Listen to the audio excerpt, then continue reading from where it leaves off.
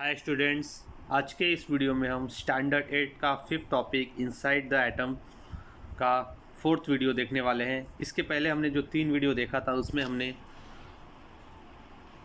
Dalton's atomic theory, next Thomson's plum pudding model of an atom,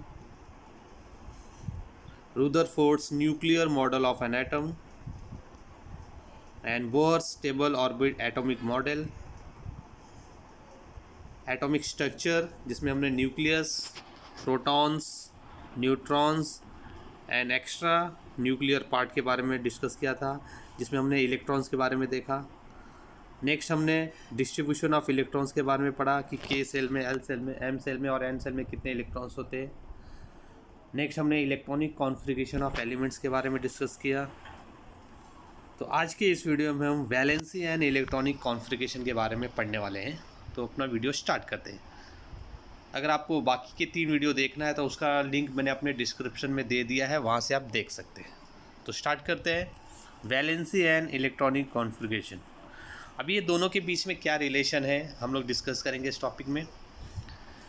we have seen in the last chapter that valency means the number of chemical bond form by an atom. अभी हमने last chapter में ये देखा था कि जो valency होता है तो क्या होता है, number of chemical bonds form by an atom. Atom कितने केमिकल बॉन्ड को फॉर्म करता है, वही उसका वैलेंसी होता है।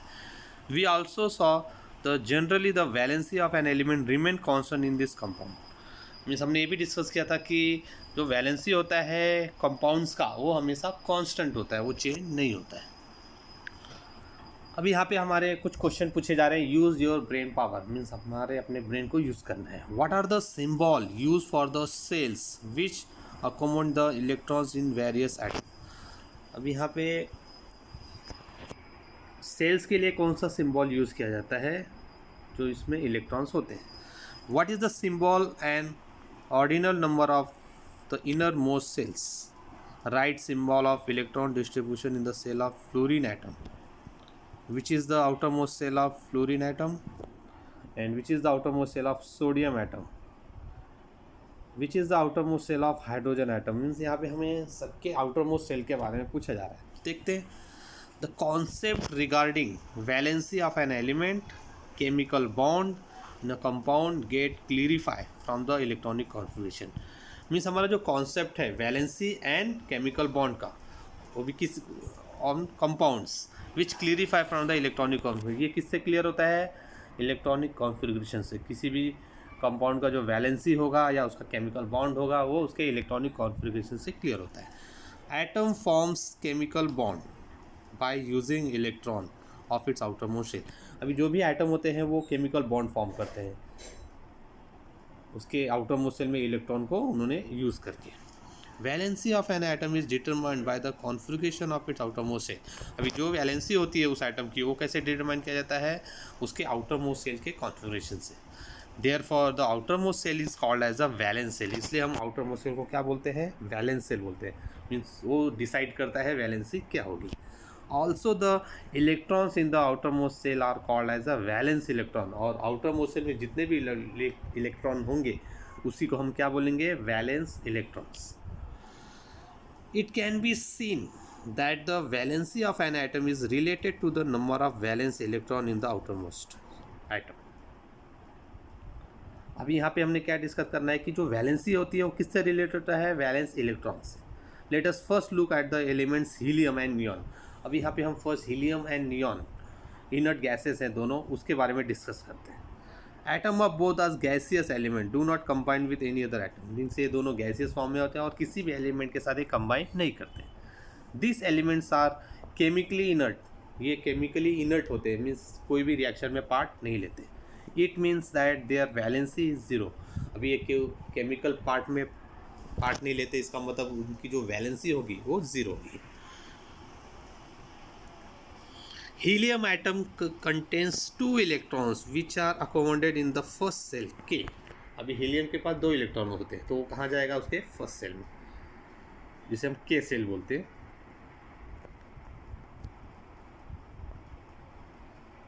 अब यहाँ पे आप डायग्राम में देख सकते हैं हीलियम के पास 2 इलेक्ट्रॉन्स है helium has only one k cell that contains electron and the same is also the outermost cell. अभी हीलियम के पास दो ही इलेक्ट्रॉन्स होते हैं जो उसका outermost cell है. द इलेक्ट्रॉन कैपेसिटी ऑफ के सेल इज 2. अभी यहाँ पे इलेक्ट्रॉन कैपेसिटी जो होती है के सेल की वो 2 है. This indicate that the outermost shell of helium is completely filled. अब इसका मतलब क्या हुआ कि जो आउटर मोस्ट सेल है हीलियम का वो क्या है, फुल हो चुका है. It is said that helium has an electron duplet, means इसके पास दो इलेक्ट्रॉन्स हैं. The electronic configuration of inert gas neon contains 2 shells. अभी सेकेंड हमने एग्जांपल लेंगे नियॉन का. उसके पास दो सेल्स होते हैं K and L. L is the valence shell of neon. अभी एल जो होता है उसका वैलेंस सेल इलेक्ट्रॉन होता है. The electron capacity of L shell is 8.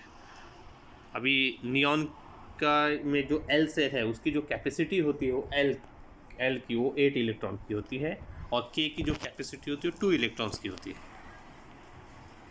और यहाँ पर भी हम डायग्राम में देख सकते हैं कि नियॉन की जो कैपेसिटी है वो फुल है. अब यहाँ पे आप डायग्राम में देख सकते हैं नियॉन के फर्स्ट के सेल में 2 इलेक्ट्रॉन है और एल सेल में 8 इलेक्ट्रॉन है, तो इसका आउटर मोस्ट सेल क्या है, कंप्लीट है. It said that neon has an electron octet. Argon is the inert gas having electron in the shells K L and M. अभी आर्गन जो है उसके 3 कक्षाओं में होता है, के में, एल में और एम में. The electron capacity of M shell is 18. अभी 18 जो है एम की कैपेसिटी है. However in argon there are only 8 electron in the valence shell M. लेकिन उसके आउटर मोस्ट सेल में 8 इलेक्ट्रॉन होते हैं. It means that there are 8 electron in the valence shell of inert gases. Means इसका जो valence shell है वो inert gases का 8 है. That is an electron octet. From this it is understood that the valency is 0 when electron octet is complete. Means यहाँ पे हमने क्या सीखा कि अगर उसका ऑक्टेट कंप्लीट हो चुका है आउटर मोस्ट सेल का तो उसकी वैलेंसी 0 होगी.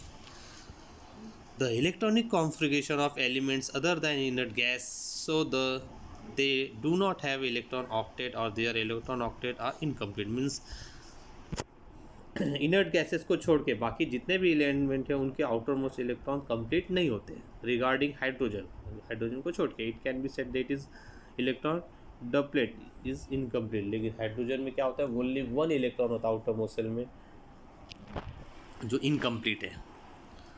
Atom of all elements except inert gases have tendency to combine with other atoms. अभी इनर्ट गैसेस को छोड़ के बाकी जितने भी एटम्स होते हैं वो दूसरे के साथ कंबाइन करते हैं. Meaning that they have a non zero valency. Means उनका वैलेंसी जो होता है 0 नहीं होता है. You have seen from the formula of the molecule formula by the combination of hydrogen that valency of hydrogen in 1, the electronic configuration of hydrogen so that there is 1 electron less than the complete duplicate state. Means इसके outer most में 1 electron है लेकिन ये electron एक कम है. Mean first cell में 2 electron चाहिए रहते हैं लेकिन उसके बाद 1 ही इलेक्ट्रॉन होता है. This number 1 matches with other valency of hydrogen. अभी एक जो नंबर है वो दूसरे हाइड्रोजन के साथ मैच किया जाता है which is also 1. However, it is learned that the electronic configuration of sodium 281 has 1 electron in the valence shell and the valency of sodium is 1. Means यहाँ पे सेकेंड एग्जांपल में सोडियम क्या ले जिसके आउटर मोस्ट में 1 electron है, तो ये जो 1 इलेक्ट्रॉन है वही उसकी वैलेंसी है.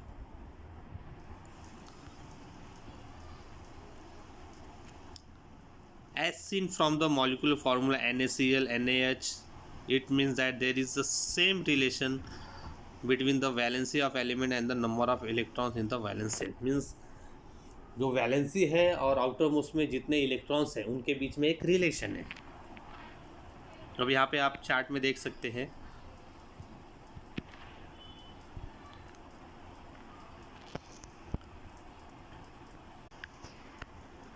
नेक्स्ट पार्ट पे आते हैं आइसोटोप्स.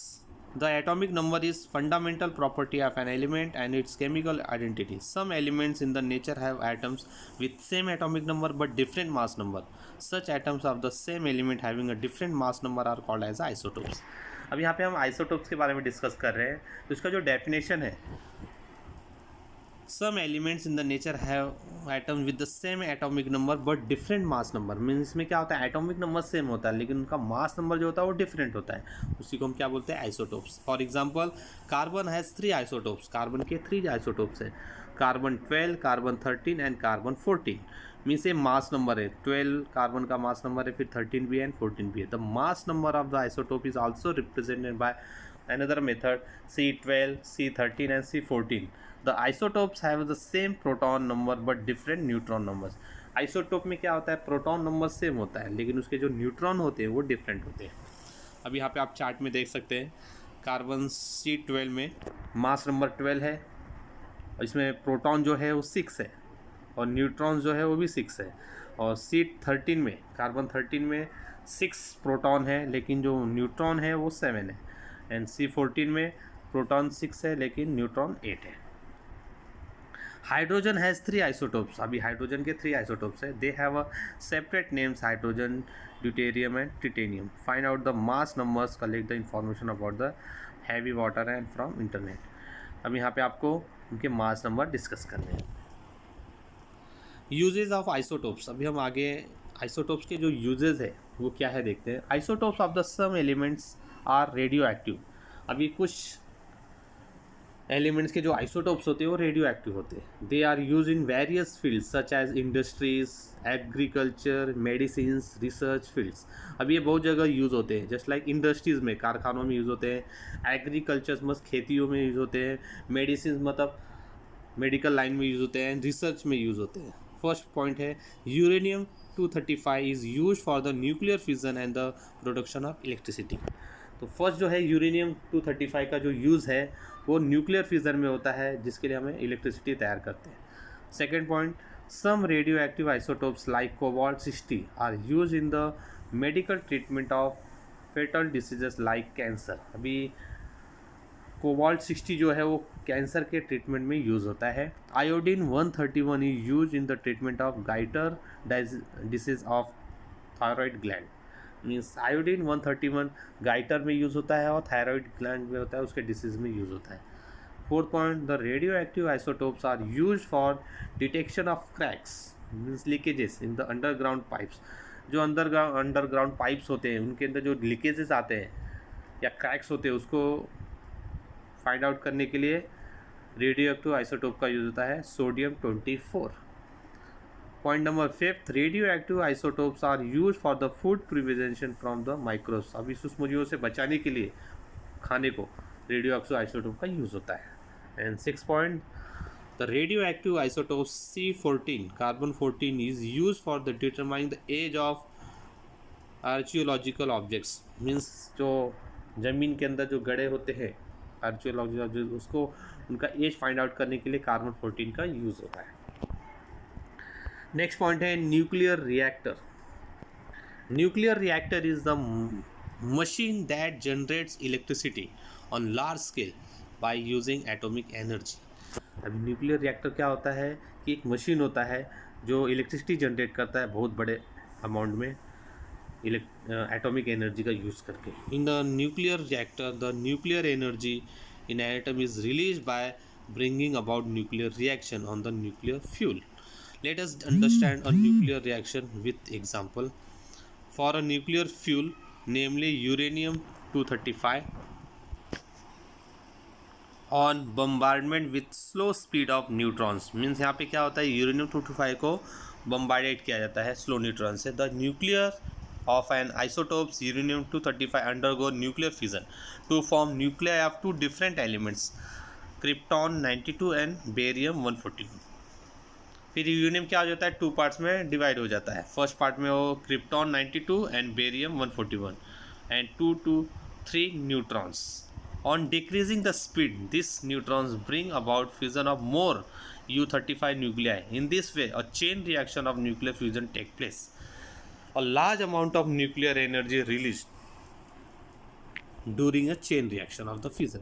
अब ये चेन रिएक्शन में क्या होता है, बहुत बड़े पैमाने पर एनर्जी रिलीज होता है। The chain reaction is kept under control to prevent the probable explosion. Means इस चेन रिएक्शन को कंट्रोल में रखा जाता है जिससे कि विस्फोटक ना हो। To control the chain reaction in the nuclear reactor, it is necessary to decrease the speed of the number of neutrons. तो यहाँ पे इस चेन रिएक्शन को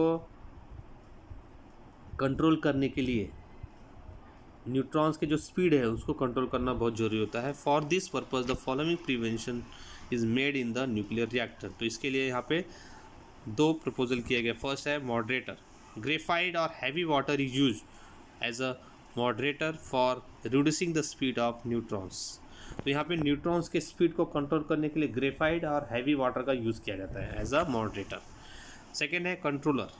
तो reduce the number of neutrons by absorbing them. Rods of boron, cadmium, beryllium etcetera are use as a controller. अभी controller के लिए यहाँ पे हम रॉड्स यूज़ करते हैं बोरॉन के, कैडमियम के एंड बेरियम के. The heat produce in the fusion process is take out using a water as a coolant. Water is a transform into steams. फिर यहाँ पे जो वाटर होता है वो स्टीम में कन्वर्ट हो जाता है. By means of this steam turbines are driven and electricity generate. और इस स्टीम से टर्बाइन को घुमाया जाता है जिससे इलेक्ट्रिसिटी जनरेट होती है. In India total 22 nuclear reactors in 8 places are functioning. अभी इंडिया में टोटल 22 न्यूक्लियर रिएक्टर्स है जो 8 प्लेसेस पे काम करते हैं. Apsara at Bhabha Atomic Research Center in Mumbai is the first nuclear reactor in India which went critical on 4th August 1956. India has large reserve of element thorium-232.